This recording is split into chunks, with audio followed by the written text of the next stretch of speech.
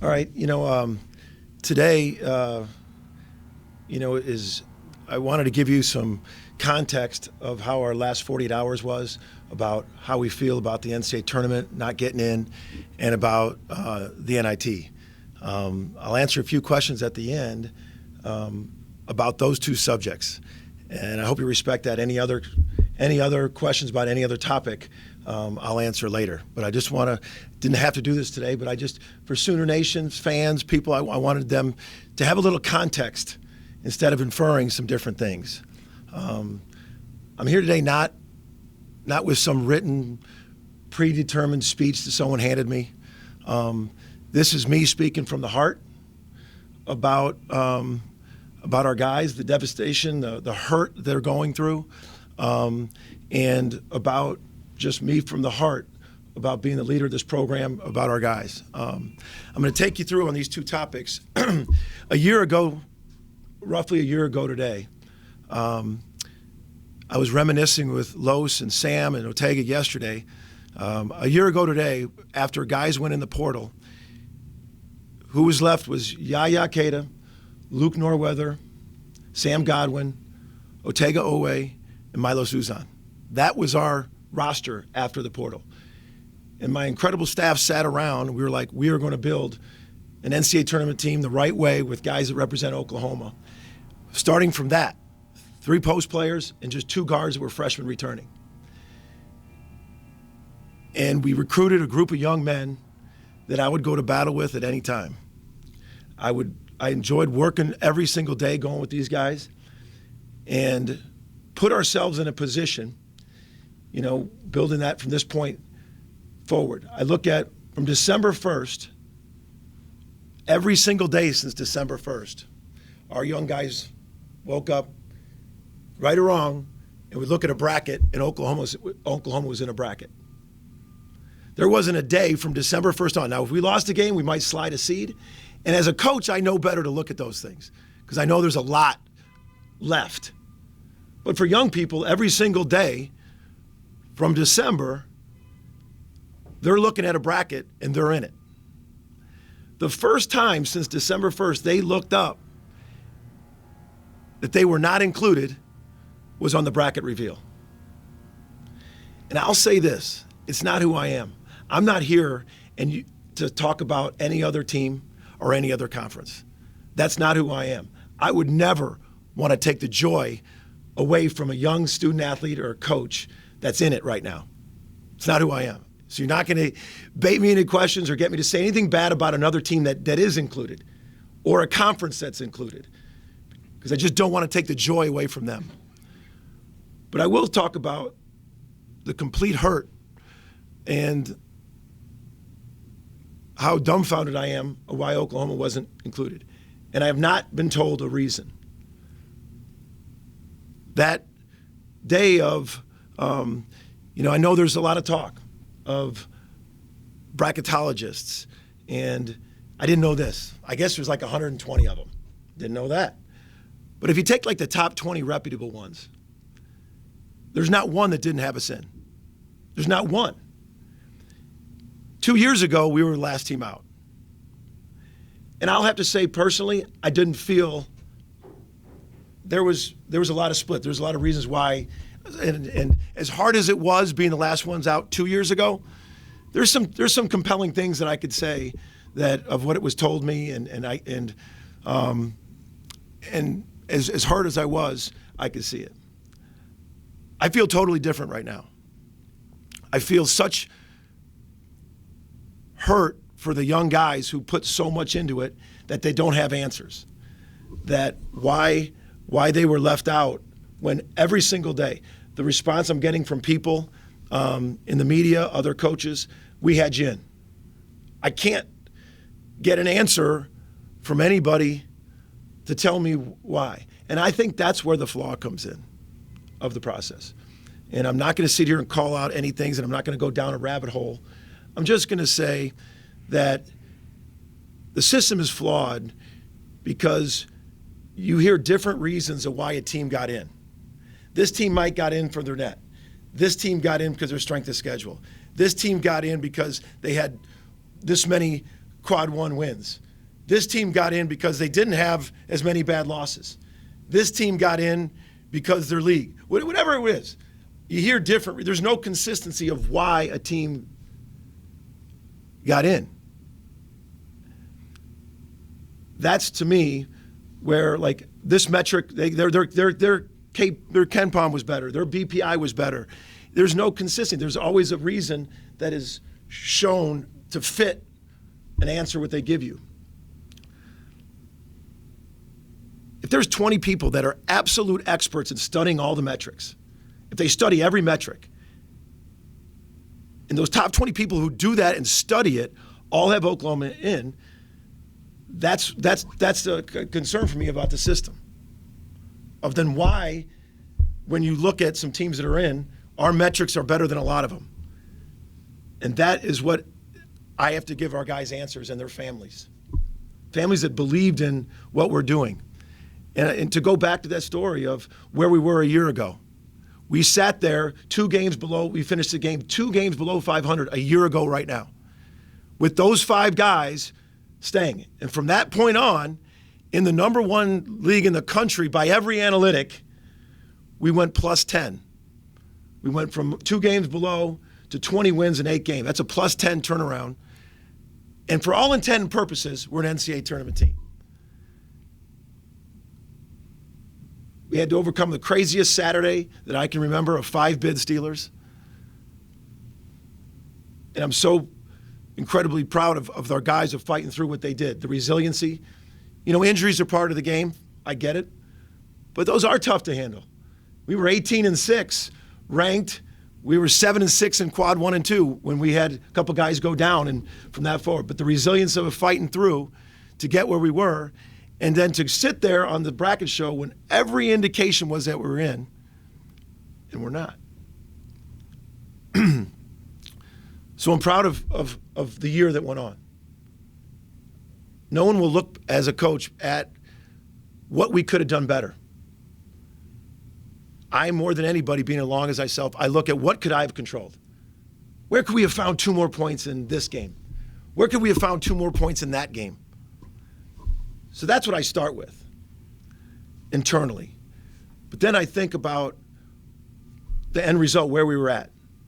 From that starting point in 1 year, my staff worked so incredibly hard in an era of the NIL when this is really the first year that we really had some. And that's the fact of the matter. And we made a huge jump. But I go back to thinking about our guys and not getting in, and that's, I can't get an answer.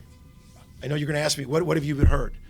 I can't. No one can tell me an answer, and that's where I think the flawed system is. You know, some people will say they didn't want 9 Big 12 teams in. Well, that's not a good reason. Some people say, oh, the Big 12 gamed the system. There's I can name almost 10 teams that had 13, 14, 16, 17 quad 3 and 4 games. We had 11.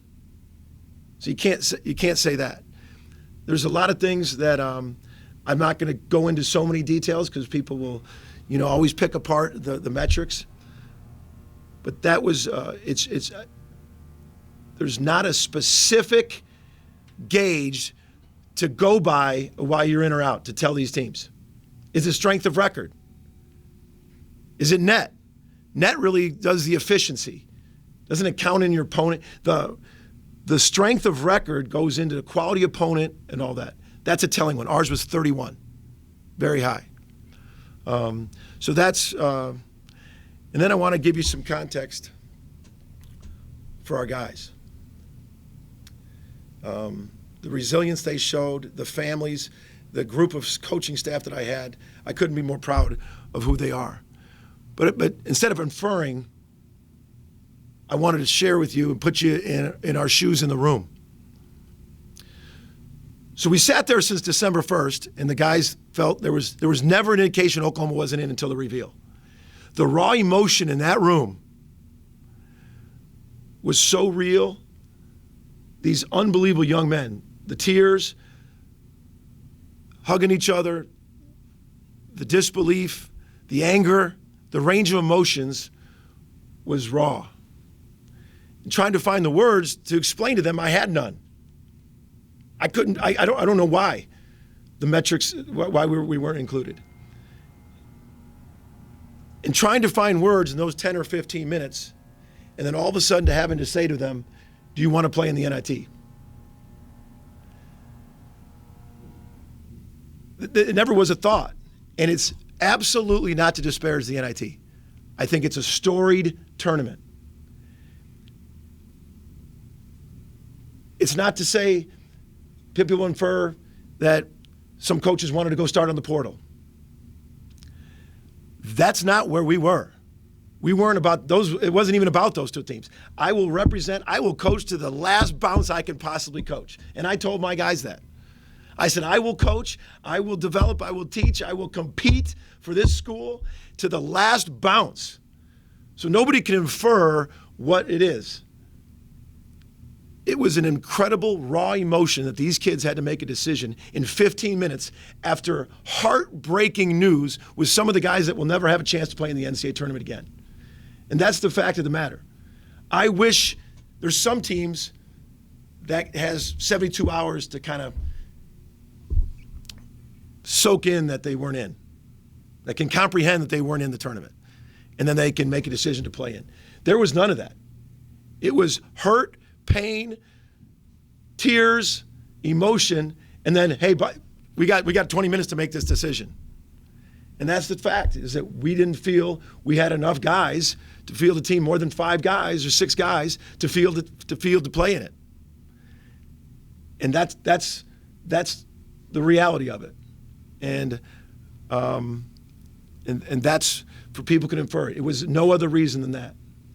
But completely, on one hand, what these guys went through, the resiliency the last couple weeks with some injuries to fight through in this league, to be where we were a year ago today. And I will say this too. We're at that same point. And I'll talk later, but where we're going with this, my parents, who were unbelievable people, I'm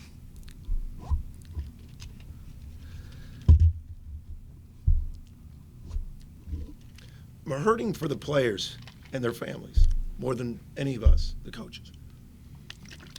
But my parents taught me, character is how you respond when things don't go your way.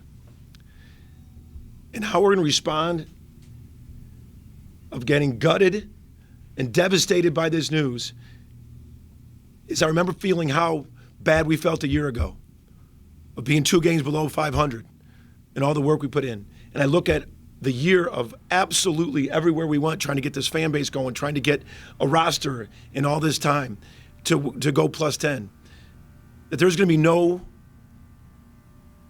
less acceleration on our efforts for Oklahoma basketball. My staff, the players, where we're going, this was a devastating blow. But I know for all intents and purposes, from a year ago to now, where we were and what we did, at all intents and purposes, we were an NCAA tournament team. We had some crazy circumstances out of our control on a Saturday with 5 bid steals, with some injuries, and then, in my opinion, getting snubbed. But how we're going to respond is with work, with energy, enthusiasm, with class. That's why there's no way you're going to get me to talk about another conference, another team, a specific name, anybody. I don't want to take the joy from them, because we will have our joy. We will have our joy. With that, we'll have a few brief questions or opportunity for some questions. Please start with one question at a time. We'll work our way through the room. Ryan, you want to start us off? Yeah, you talked about not getting a reason. Is there a process in the way any year to get direct feedback from the committee, like why the decisions were made? Is that a formal process that happens at the end of any year? There's not a formal process on feedback. You get bits and pieces, and then you hear things, and that's I think where the complaint of the coaches is there's no transparency, and there's such generalities. And for every team, why they got in and why they didn't get in is a different reason. Over here, your net, your number of quad 1 opportunities. I've been told that. So what would you rather have? More quad 1 opportunities, which is harder, or 16 or 17 quad 3 or 4 games. Like, to me, like it's you build your thing with 17. We only had 11 of those. Here's the other thing that I think is telling, and I've had so many coaches tell me this. We were undefeated against quad 2, 3, and 4. We were undefeated. There's only 5 teams that did that. Purdue, number 1 seed. Houston, number 1 seed. Auburn, a number 2 seed.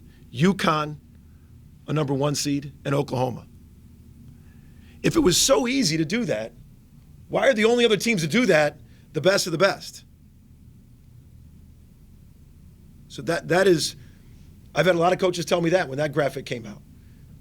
Because some people will say, oh, you didn't get in because you had a bad loss. You had this quad 3 loss, this quad 4, I think it. Well, they use that some year or some teams. Well, we didn't have that. Whatever it may be, that's where the problem I think the coaches have, is that there's just so many generalities and there's no specific process of unbiased getting in. And that's why I go back to if 20 experts who they sit there and they study and study and study all year long. If you take the top 20 and nobody had Oklahoma excluded, that makes you scratch your head of why the first time someone says we weren't excluded was the bracket reveal. We'll go Bob then James. So after the bracket release, you fight through emotion. What's your message to the team on Sunday night? You know, it was very hard to talk to the team. It was close to being inconsolable. Told them I loved them. I told them that sometimes in life we get things that are thrown at them that are unfair. What just happened is not going to be the last time in their life that something is unfair to them. I told them that. I thanked them.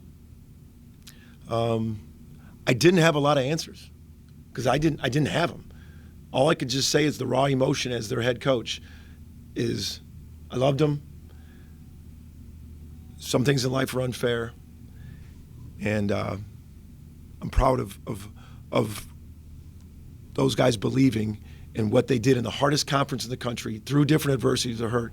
And nobody can take away from them that from the starting point last year, I told Losis, the guys that were there from that group of guys to the point of where we competed and won to the extent we did and put ourselves in a position. And we had some things out of their control. Sometimes life, there's things out of control. I told them that. It was a crazy Saturday. It was an insane Saturday. And that's what I told them. Porter, after listening to you, I understand why you didn't go to the NIT.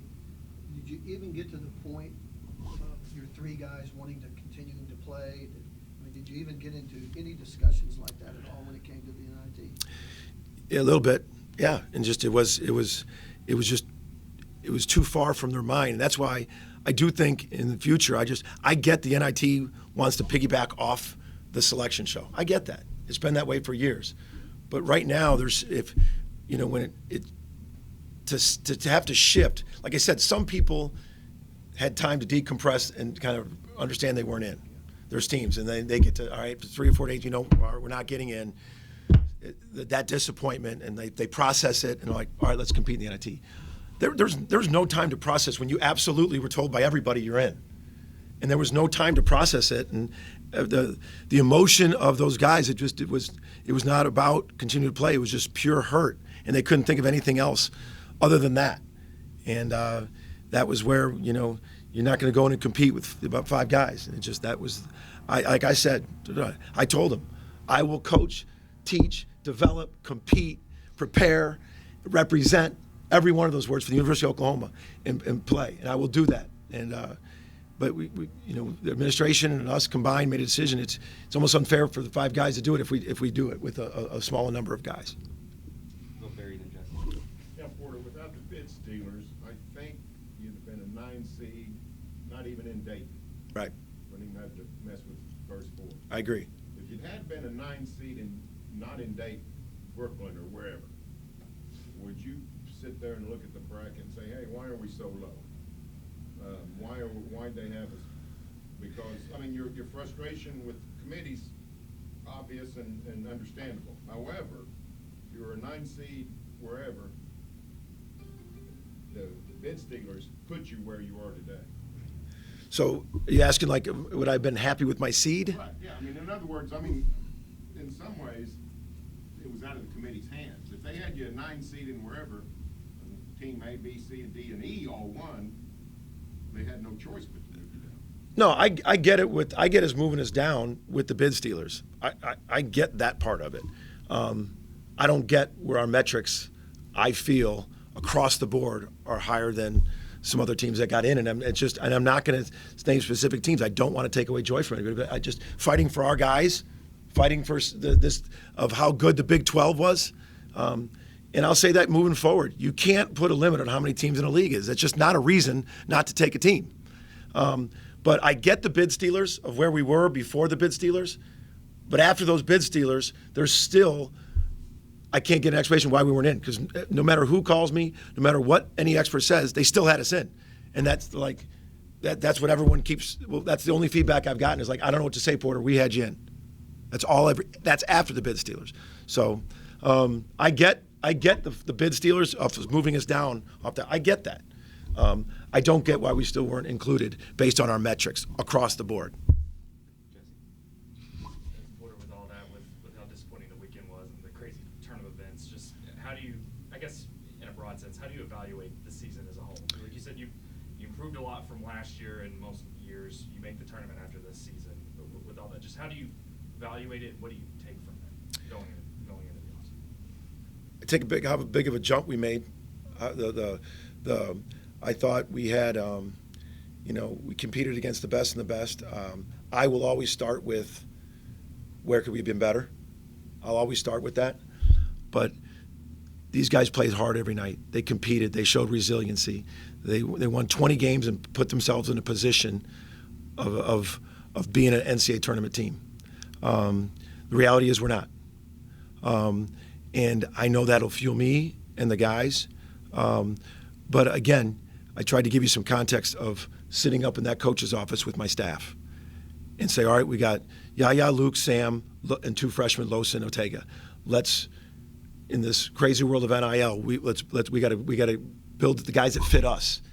And I thought anybody who got to know our guys, the guys that represented Oklahoma, 5-star human beings. I thought they played, they represented. We went plus 10 in a season in the #1 conference in the country. I'm hurting so much for the guys because they felt competing against the best of the best to get in, to get the opportunity to advance and compete. That's what I take. I hurt for these guys. Colton and Mason. Not only today, but throughout the season, how much you loved coaching this group. I'm just curious what we remember from this group specifically. And you mentioned last year the small group of guys kind of coming together with the buy-in. Are you seeing a similar thing after the crushing result? Yeah, the resiliency of this group sticks out to me. Guys like Latrey Darthard and Rivaldo Soares, the absolute passion and urgency to make the tournament on an everyday basis. You just felt it. You felt it in the film session. You felt it. And then Rivaldo to turning it to where all of a sudden for like an 8-game stretch was playing at a all-conference clip. And then in the Baylor game to go down with his ankle, and he never really was right again. What we didn't talk about is when you took his sock off, and it looked like a big snowball every single day. Even the games he fought back and played. I think back at the Cincinnati game of looking out on that court against a really, really good team who's fighting for their NCAA life with no point guard on the floor. And Rivaldo almost limping to the bench. And Latrey just exhausted. And to fight through and finding ways to win. To be going into the tournament, all of a sudden find out, Javion couldn't play, that we find out that morning. That happened 2 different times. And the guys' belief of coming together. And that's what you want when you're building teams, is a togetherness. There wasn't infighting. There wasn't jealousy. There wasn't a lot of outside factors with this group. It was about Oklahoma, about being the best we could be to put ourselves in a position to be in the tournament and advance. And that starting point, and then even in the recruiting process, recruiting those guys, having them believe. They're like, who's coming back? And you're like, well, we got these 2 freshmen that played a lot. You know, we gave Sam a scholarship. We got a freshman that we redshirted. And for those guys to believe we could do it, you know, I'll remember that belief and the amount of my staff, the energy my staff had with these players. And after I've had to lose some guys. I've lost some guys to being a head coach. I lost a guy in August to go to Duke. I've had some turnover there. And for my staff to come together and every single day fight for these guys, an incredible coaching staff. I'll remember that. And I'm just heartbroken for the families and these kids to do so much of what was asked, to believe in it, and then not get a great answer.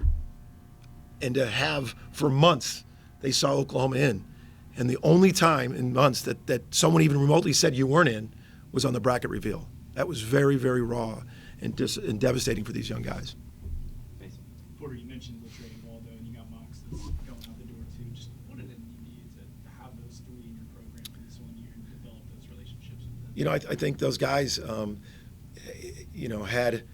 one of the things I mentioned this, is you find reasons and themes to bind a team together.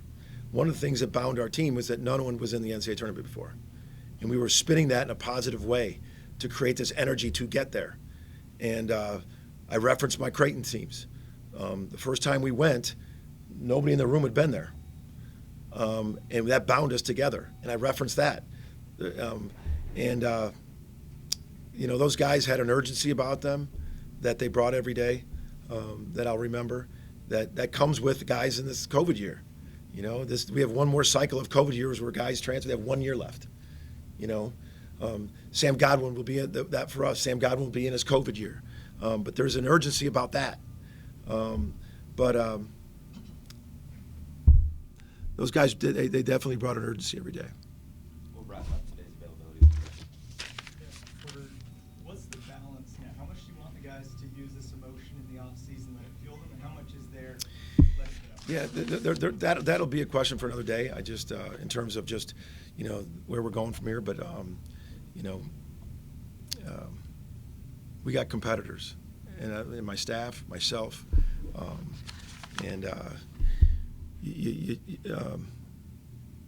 faith, family, friends, togetherness, this awesome University of Oklahoma, the outpouring of people. I'll